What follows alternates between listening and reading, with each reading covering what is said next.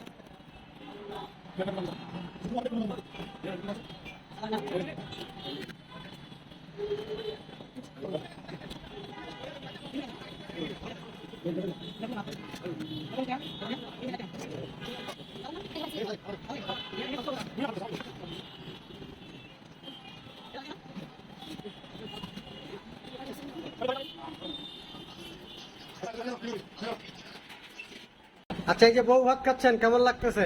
Fine. আচ্ছা, যদি কেউ এই বউ ভাত খাইতে চায় কিভাবে আসবে একটু বলবেন। এই বউ ভাত খাইতে হলে আমাদের কল্যাণপুর খাতা সুপার মার্কেট গ্রামীণ পরিবহন এবং এছাড়া পরিবহনের সামনে মাঝখানে আসতে হবে। আসলে এখানে বউ ভাত পাইবে। ধন্যবাদ আপনাকে। ধন্যবাদ আপনাকে।